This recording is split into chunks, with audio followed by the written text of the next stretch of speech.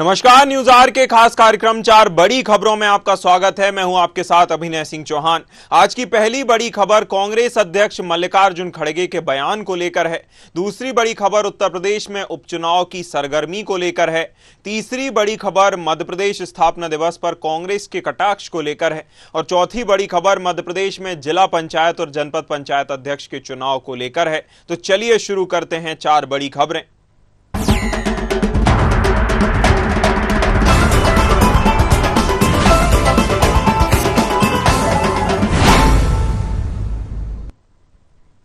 कांग्रेस अध्यक्ष मल्लिकार्जुन खड़गे ने चुनाव की तैयारियों पर को लेकर अपनी सरकारों को सलाह दी है, जहां उन्होंने कहा कि कोई भी सरकार जोश में आकर कदम ना उठाए वरना दिवालियापन का सामना करना पड़ेगा।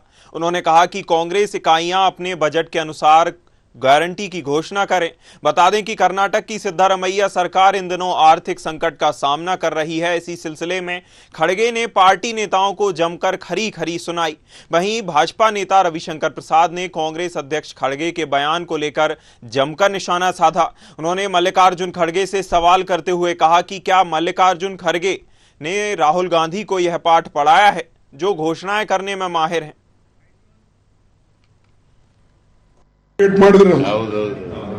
ಬೇರೆಯವರು ಹೇಳೋರಿಗೆ ಒಂದು ಒಳ್ಳೇದಾಯ್ತಲ್ಲ, ಸೊ ಅದಕ್ಕಾಗಿ ಯಾವುದೇ ಹೇಳಿ ಅದನ್ನು ನಾವು ಮಾಡಿ. ಈಗ ನಾವು ನಿಮಗೆ ಅನುಕರಣೆ ಮಾಡ್ತೀವಿ.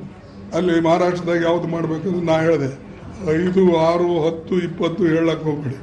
ನಿಮ್ಮಲ್ಲಿ ಏನು ಬಜೆಟ್ ಇದೆ ಆ ಬಜೆಟ್ ತಕ್ಕಂತೆ ಗ್ಯಾರಂಟಿಗಳು ಕೊಡಿ. ಇಲ್ಲ ಬಜೆಟ್ ಬಿಟ್ಟು ನೀವು ಗ್ಯಾರಂಟಿಗಳು ಕೊಟ್ರೆ ಇಲ್ಲಿ ದಿವಾಳಿ ಎದ್ದು ಹೋಗ್ತದೆ. ಈಗ ಒಂದು ಬಟ್ಟಿ ಮಣ್ಣು ಹಾಕಕ್ಕೆ ಸಡಕ್ ಮ್ಯಾಗಿಲ್ಲ, ಇದು ಇಲ್ಲ, ಎಲ್ಲರೂ ನಿಮ್ಮ ಮೇಲೆ ಬೀಳ್ತಾರೆ. खड़गे साहब को बहुत ज्ञान आ गया है, कांग्रेस के सम्माननीय राष्ट्रीय अध्यक्ष को, और उस ज्ञान में उन्होंने बहुत महत्वपूर्ण चीजों को स्वीकार कर लिया है। उन्होंने कहा है कि वही गारंटी अनाउंस करिए जिसके लिए बजट हो, जिसके लिए फिनेंशियल प्रबंधन हो। फिर एक मन में सवाल आया कि कांग्रेस के राष्ट्रीय अध्यक्ष ने जो इतना गुणी चिंतन दिया है, तो पहला पाठ अपने नेता राहुल गांधी को पढ़ाया है कि नहीं पढ़ाया? खबर पर हमारे साथ चर्चा करने के लिए डॉक्टर आलोक सोती, राजनीतिक विश्लेषक, हमारे साथ जुड़े हुए हैं। आलोक जी, भाजपा का आरोप है कि मल्लिकार्जुन खड़गे कांग्रेस अध्यक्ष को बड़ा ज्ञान आ गया है और अब वह फाइनेंशियल स्टेटस देखते हुए राज्यों का घोषणाएं करने की बात कह रहे हैं। इसे आप किस प्रकार देखते हैं? जी हाँ अभिनय जी, आप देख रहे हैं कि बिल्कुल सही बात की है उन्होंने, क्योंकि अभी आपने देखा था हिमाचल प्रदेश में सरकार की स्थिति यह हो गई थी कि वो तनख्वाह नहीं बांट पा रही थी अपने कर्मचारियों को, पेंशन नहीं दे पा रही थी, काफी उनका बजट जो था वो ओवरफ्लो हो रहा था, उनके पास जो कर्जा लेने के लिए भी पैसा नहीं बचा था केंद्र सरकार से। तो ऐसे स्थिति में आप देख रहे हैं कि दूसरा जो कांग्रेस के पास संकट आ रहा है वो कर्नाटक में आ रहा है। फ्री वी की जो रेवड़ी बटी है उससे आप देख रहे हैं कि वहां पे हालात ये हो गए हैं कि जो डेवलपमेंट के लिए पैसा दिया जाता था विधायक निधि से, उस पे भी काफी रोक लगा दी गई है, क्योंकि आपने देखा था जिस तरीके से वहां पे बेरोजगारों के लिए जो व्यवस्था की गई थी, पैसा बांटा जा रहा था, उससे भी यही स्थिति आ रही थी कि जो वहां का जो सारा जो बजट था वो काफी बिगड़ता जा रहा है। वैसे भी आप देख रहे हैं कि जितनी भी सरकारें होती हैं, चाहे वो किसी भी स्टेट के हों, चाहे वो सत्ताधारी सरकार हो, चाहे विपक्ष की हो, उनके ऊपर इतना ज्यादा कर्जा होता है जिसकी वजह से जो है उसको सरकार के जो जरूरी काम होते हैं उसको चलाना मुश्किल होता है। और जो विगत आपने देखा कि पिछले 10 सालों से दिल्ली के केजरीवाल साहब ने जो बिजली फ्री, पानी फ्री, ट्रांसपोर्ट फ्री आदि इत्यादि की जो घोषणा की है, उससे आप देख रहे हैं कि किस तरीके से व्यवस्थाएं चरमरा रही हैं। और सरकारी पूरा आपके सामने उदाहरण है कि जो हिमाचल की कांग्रेस की सरकार है वो समय पर जो है अपनी तनख्वाह और पेंशन नहीं देने में समर्थ है। आलोक जी, जिस प्रकार से कर्नाटक में कांग्रेस की सरकार बनने से पहले 5 प्रमुख घोषणाएं की गई थी, जिसमें अब एक जो प्रमुख घोषणा थी फ्री जो ट्रांसपोर्ट की, महिलाओं को ट्रांसपोर्ट शक्ति उसे नाम दिया गया था, उसकी भी समीक्षा की बातें निकलकर सामने आई हैं। क्या यह जो बजट में प्रावधान हो रहे हैं और अब बजट बच नहीं रहा सरकार के पास, उसके कारण यह बयान इस तरह का निकलकर सामने आया? जी हाँ, बिल्कुल सही कह रहे हैं कि जिस तरीके से आप देखिए, सरकार का मेन काम होता है शिक्षा और स्वास्थ्य, उसके बाद सड़क, पानी, बिजली। अगर इसके लिए उसके पास बजट नहीं है, इसके अलावा भी कुछ, जैसे फ्री बी की होती कि हम फ्री बिजली दे देंगे, फ्री ट्रांसपोर्ट दे देंगे, नारी शक्ति के नाम पे पूरे कर्नाटक में महिलाओं के लिए जो है स्टेट ट्रांसपोर्ट जो है वो फ्री है। तो एक बड़ा बजट का हिस्सा जो है, कई हजार करोड़ का जो है बर्डन आता है ट्रांसपोर्ट मिनिस्ट्री के ऊपर। ऐसे में आप देख रहे हैं कि जितनी भी सरकारी विभाग होते हैं वो हमेशा घाटे में चलते हैं, ओवर ड्राफ्टिंग पे चलते हैं। ऐसी स्थिति में अगर उनके पास रेवेन्यू नहीं आता, रेवेन्यू कलेक्शन नहीं आता है, एक्सपेंडिचर्स बढ़ता चला जाता है, तो वो नई बसें नहीं खरीद पाते हैं, सुचारू रूप से चीजें नहीं चल पाती हैं, उससे अनियमितताएं आने लगती हैं, असुविधाएं बढ़ने लगती हैं। सरकार के द्वारा जो जिस तरीके का फ्रीबी है, जो आप कहते हैं रेवड़ी बांट दी जाती है, उससे आपको वोट मिल जाता है, आप सरकार भी बना सकते हैं, लेकिन सरकार को सुचारू रूप से चलाने के लिए जो चीज आवश्यकता होती है उसकी आप पूर्ति नहीं कर पाते हैं। जी आलोक जी, जैसा कि भाजपा के सांसद ने राहुल गांधी से सवाल करते हुए, राहुल गांधी पर तंज कसते हुए भी कहा कि क्या मल्लिकार्जुन खड़गे ने यह पाठ राहुल गांधी को पढ़ाया है कि वह तो घोषणा करते रहते हैं, जो उनके मुंह में आता है वह बोलते रहते हैं, जिस तरह की उन्हें घोषणा करनी होती है वह बोलकर निकल जाते हैं। इससे आप किस प्रकार से देखते हैं? देखिए, राहुल जी के पास एक, आप कह सकते हैं, वीटो पावर है। हालांकि आज के समय में उनके पास कोई बड़ा पद नहीं है, लोकसभा के विपक्ष के नेता है, ऐसी बात। लेकिन पार्टी के अगर संगठनात्मक रूप में देखें, उनके पास कोई पद नहीं है, मल्लिकार्जुन जी अध्यक्ष हैं। तो ऐसे में फिर भी आप देखते हैं कि राहुल जी और सोनिया जी की ही चलती है, क्योंकि कांग्रेस पार्टी के ये दो बड़े प्लेयर्स हैं। और अंतोगत्ता जो है, जिसको आप हाई कमान या आलोक नाम कहते हैं, तो वो यही दो लोग हैं, इन्हीं की अंतोगत्ता जो है बात चलती है, इन्हीं की वीटो पावर चलती है। तो जाहिर सी बात है, मल्लिकार्जुन जी कह रहे थे, जो रविशंकर साहब ने इस एक प्रकार का जो तंज कसा है मल्लिकार्जुन पे, तो इसका मतलब साफ है कि पार्टी के अंदर जो समन्वय होना चाहिए, जो एक समझ होनी चाहिए हाई कमीशन में, और एक पद पे जो सबसे हाई है और एक जो है पार्टी में उसकी स्थिति जो सबसे हाई है, तो ऐसी स्थिति में दोनों के अंदर जो समन्वय होना चाहिए वो बड़ा जरूरी है। क्योंकि आप जानते हैं, आखिरकार जो राहुल जी कहेंगे वही होगा, उनकी बात को कोई काट नहीं सकता। और जब इलेक्शन आएगा तो आप देखेंगे कि फ्री बी जो है, रेवड़ी है, वो बतनी है, बगैर उसके जो है हमारी जो जनता है वो भी इस बात को नहीं समझती है। और आप देख रहे हैं, चुनाव आयोग में भी ऐसी बात नहीं है कि जब भी आप कोई अगर इस तरीके की बात करते हैं तो चुनाव आयोग को चाहिए कि आप पहले बजट तो बताइए, कहां से लाएंगे। अगर वो बजट सरकार बताती है कि हमारे पास इतना फंड है, हम यहाँ से लाएंगे या नया कोई कर लगाएंगे, तो कर जो लगा रहे हैं वो जनता को पता होना चाहिए कि साहब इतना कर हमारे, अगर इन सरकार को जिताएंगे तो इतना एडिशनल कर लगेगा, जिसकी वजह से ये वाली योजनाएं जो है वो पूरी हो जाएगी। जैसे आप देख रहे हैं कि महिलाओं को 1,500 रुपए या लाडली बहन के नाम पे जो है महिलाओं को जो पैसा दिया जा रहा है, तो ये इस सब बजट का एलोकेशन होना चाहिए, प्रॉपर होना चाहिए। जो पार्टीज हैं जो इसकी घोषणा कर रही हैं, उनको एक रफ बजट जो है पेश करना चाहिए, चुनाव आयोग को भी ध्यान में रखना चाहिए। लेकिन आप देखते हैं कि यहाँ पे तो पार्टी के अंदर ही समन्वय नहीं हो पाता है। ऐसी स्थिति में आने वाले समय में देश के लिए काफी बड़ी समस्याएं या प्रदेश के लिए काफी बड़ी समस्याएं हो सकती हैं। जी, अगर आलोक जी हम बात करें, जैसा आपने बताया फ्रीबीज या रेवड़ी की, तो कई बार सरकारें इस तरह से अलग अलग दल वादा कर देते हैं और बाद में उसका खामियाजा जनता भुगतती है। जनता के टैक्स का पैसा ही जनता के बेहतरी के लिए इस्तेमाल नहीं हो पाता। ऐसे में इसे रोका कैसे जा सकता है? या तो जो चुनाव आयोग की आपने बात करी, चुनाव आयोग इस पर बैन लगाए, या फिर अलग से एक अलग से कानून इसके ऊपर बनाया जाना चाहिए। क्या लगता है आलोक जी, कैसे इसको रोका जा सकता है? सबसे पहले चुनाव आयोग को बड़ी सख्ती से निपटना चाहिए और उनको बताना चाहिए, जो आप मैनिफेस्टो दे रहे हैं, जिसके अंदर आप जो भी योजनाएं दे रहे हैं, आप पिछले साल का बजट देख लीजिए, उसमें क्या प्राविधान थे, क्या उन प्राविधानों के तहत उन योजनाओं का जो है नियार्पण हो पाएगा, क्रियान्वयन हो पाएगा, या उनको लागू अगर नहीं कर पा रहे हैं तो उनको बताना पड़ेगा कि उनकी आय का सोर्स क्या होगा, रेवेन्यू वो कहां से जनरेट करेंगे। इस प्रकार की व्यवस्थाएं होनी चाहिए। अगर नहीं हो दे पाते हैं सेटिस्फैक्ट्री जवाब नहीं दे पाते हैं तो जाहिर सी बात है उनको अपने मैनिफेस्टो से हटाना चाहिए। तो हमको लगता है सबसे ज्यादा जो बड़ी भूमिका हो सकती है वो चुनाव आयोग, केंद्रीय चुनाव आयोग की हो सकती है। उसको इस बात का ध्यान रखना चाहिए कि जो मैनिफेस्टो है उसमें दी गई बातें जो है उसकी पूर्ति के लिए उसकी कैसे करेंगे, वो उसके लिए कोई ना कोई उसको चुनाव आयोग के अंदर कई धाराएं हैं, मैं अभी भूल रहा हूं, उसके तहत जो है आप कार्रवाई कर सकते हैं या आप कम से कम नोटिस दे सकते हैं कि ऐसी होना चाहिए, इसको आपको बताना चाहिए।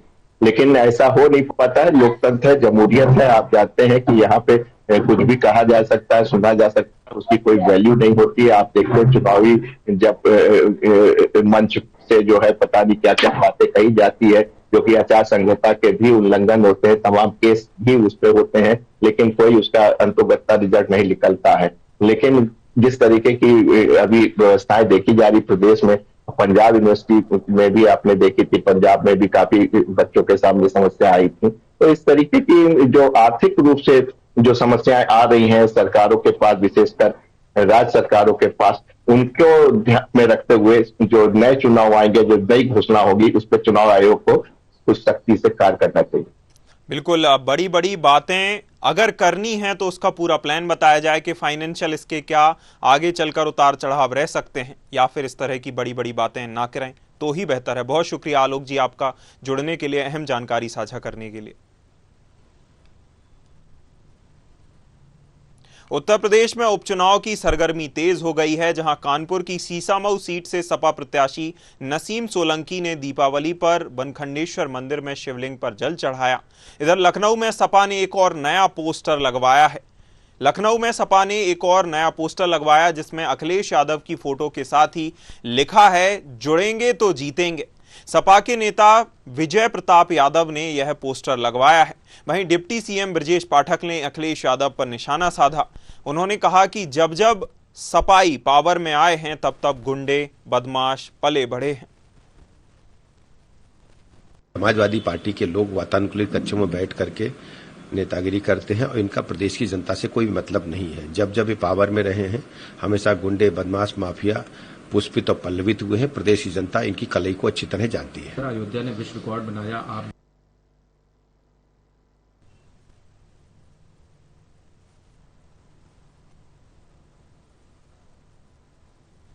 मध्य प्रदेश के 69वें स्वतंत्रता दिवस स्थापना दिवस पर कांग्रेस ने प्रदेश सरकार पर कटाक्ष किया है, प्रदेशवासियों को बधाई दी है।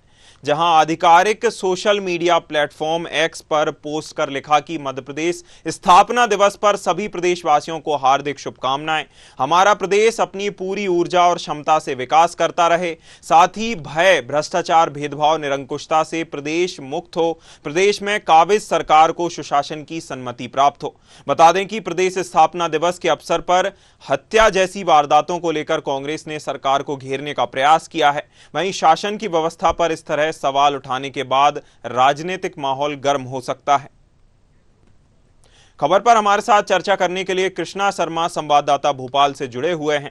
कृष्णा, मध्य प्रदेश कांग्रेस ने प्रदेश सरकार पर निशाना साधा है, स्थापना दिवस की बधाई तो दी ही है, साथ ही साथ प्रदेश सरकार के शासन करने के तरीकों पर सवाल खड़े किए हैं।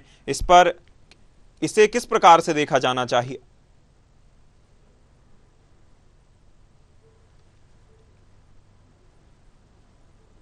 कृष्णा, क्या आपको मेरी आवाज मिल रही है?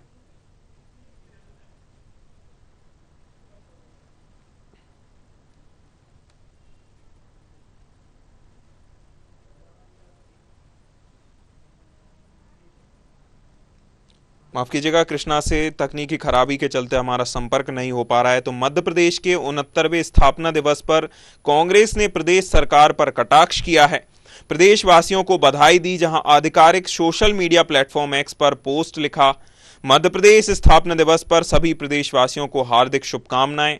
हमारा प्रदेश अपनी पूरी ऊर्जा और क्षमता से विकास करता रहे, साथ ही साथ भय भ्रष्टाचार भेदभाव निरंकुशता से प्रदेश मुक्त हो, प्रदेश में काबिज सरकार को सुशासन की सन्मति प्राप्त हो। बता दें कि प्रदेश स्थापना दिवस के अवसर पर हत्या जैसी वारदातों को लेकर कांग्रेस ने सरकार को घेरने का प्रयास किया। वहीं शासन की व्यवस्था पर इस तरह सवाल उठाने के बाद राजनीतिक माहौल गर्म हो सकता है।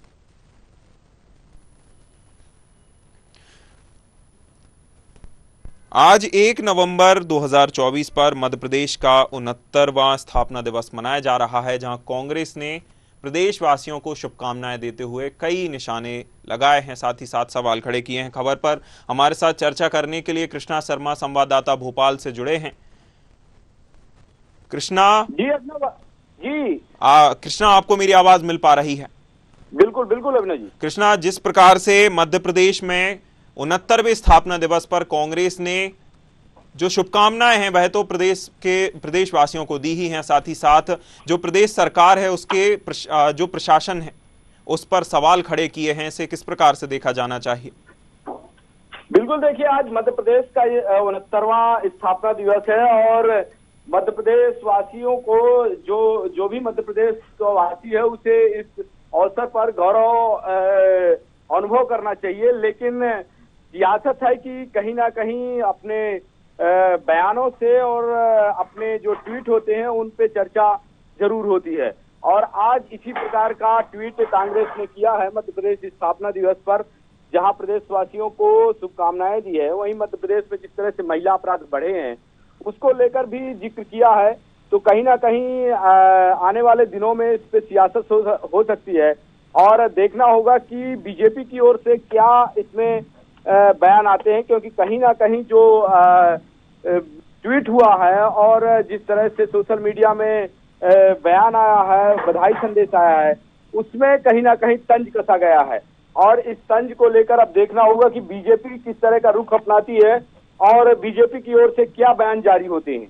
अभिनव। कृष्णा, भय, भ्रष्टाचार, भेदभाव और निरंकुशता के आरोप प्रदेश सरकार पर लगाए गए हैं, साथ ही साथ इसके साथ ही अन्य कई आरोप भी, गंभीर आरोप लगाए हैं प्रदेश सरकार पर।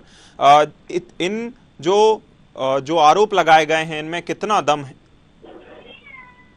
देखिए, कहीं ना कहीं जो आदिवासियों पर पिछले कई वर्षों से लगातार अत्याचार कहें या जिस तरह से वारदात हो रही हैं उस बात को लेकर कांग्रेस लगातार ये आरोप लगाती आई है।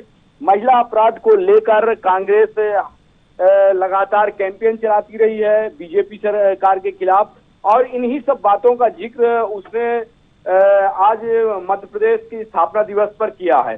निश्चित रूप में आने वाले दिनों में इस पे सियासी भूचाल आ सकता है। कृष्णा, जो अभी वर्तमान में कांग्रेस कार्यकारिणी का गठन हुआ था, जहां जिस पर लगातार इसमें फूट की खबरें भी निकलकर सामने आ रही थीं, नेता इनके अपने पद से इस्तीफा दे रहे थे या पद लेने से पद सीधा सीधा ठुकरा रहे थे, क्या इससे ध्यान भटकाने के लिए भी इस तरह की जो ट्वीट है वह किया जा सकता होगा?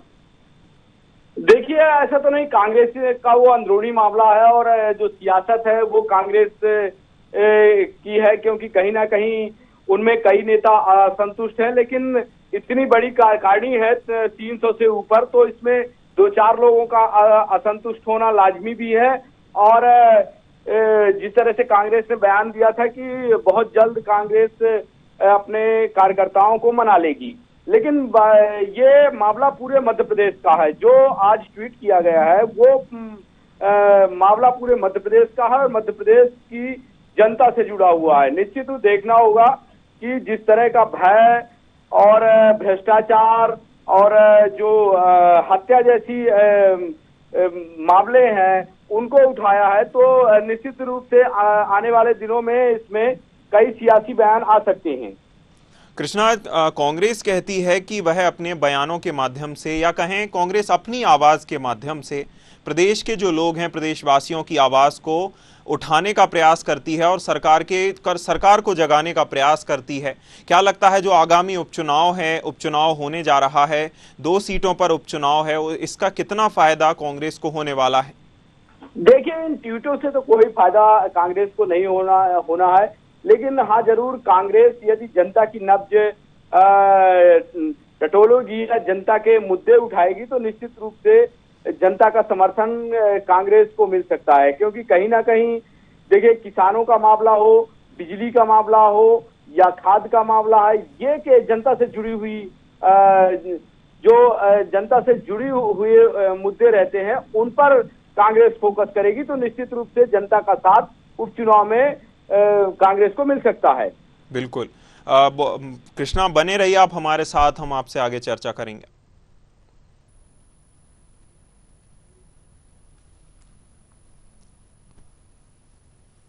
मध्य प्रदेश में जिला पंचायत और जनपद पंचायत अध्यक्ष पद के चुनाव अब डायरेक्ट हो सकते हैं, जहां महापौर की तरह ही अब जनता जिला पंचायत और जनपद अध्यक्ष का चुनाव कर सकेगी। यह चुनाव दलीय आधार पर यानी पार्टी सिंबल पर हो सकते हैं। नगरीय निकायों में नगर परिषद अध्यक्ष का चुनाव भी डायरेक्ट कराया जा सकता है। सूत्रों के अनुसार मुख्यमंत्री डॉक्टर मोहन यादव के निर्देश पर सीएम सचिवालय इसकी प्लानिंग कर रहा है। दरअसल पंचायत के चुनाव गैर दलीय आधार पर होते हैं, इसलिए राजनीतिक दल सीधे उम्मीदवारों को टिकट नहीं देते बल्कि उन्हें समर्थन देते हैं। इसकी वजह से इन चुनावों में जोड़ तोड़ और खरीद फरोख्त जमकर होती है। इसलिए पंचायत राज अधिनियम में संशोधन कर जनता प्रत्यक्ष और जिला पंचायत और जनपद पंचायत को चुन सकेगी। खबर पर हमारे साथ चर्चा करने के लिए कृष्णा शर्मा संवाददाता भोपाल से जुड़े हुए हैं। कृष्णा, जिला पंचायत और जनपद पंचायत अध्यक्ष को अब प्रत्यक्ष रूप से चुने जाने की खबरें निकलकर सामने आ रही हैं। सीएम सचिवालय इस पर गहन प्लानिंग भी कर रहा है। प्लानिंग के बाद इस पर कहीं ना कहीं हमें कोई आदेश भी देखने को मिल सकता है। ये जो जिला पंचायत और जनपद पंचायत के डायरेक्ट चुनाव की प्रक्रिया है, इसकी जरूरत आखिर क्यों पड़ी?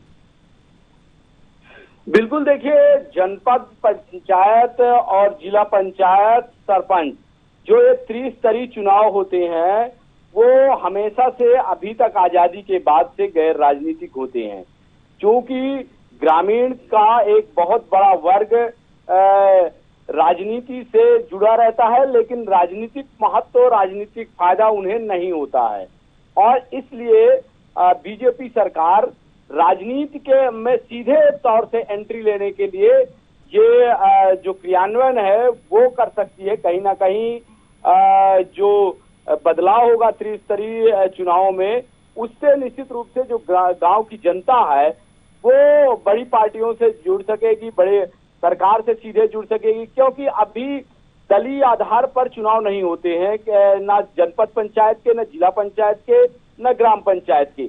लेकिन अब यदि ऐसा होता है आने वाले समय में, जिस तरह से पंचायत, जिला पंचायत या जनपद पंचायत के चुनाव, कृष्णा, मैं आपको यहाँ करेक्ट करना चाहूंगा। कृष्णा, मैं आपको यहां करेक्ट करना चाहूंगा। जिला पंचायत और जनपद पंचायत अध्यक्ष के चुने जाने की यह जो खबर है, इसके सूत्रों के हवाले से इसकी खबर मिली है। जो ग्राम पंचायत के चुनाव हैं या जो सरपंच का चुनाव है वह प्रत्यक्ष तौर पर ही होता है और प्रत्यक्ष तौर पर ही चुने जाएंगे। जिला पंचायत और जनपद पंचायत अध्यक्ष चुने जाने की खबरें निकलकर सामने आई हैं। कृष्णा शर्मा, बहुत शुक्रिया आपका जुड़ने के लिए, अहम जानकारी साझा करने के लिए।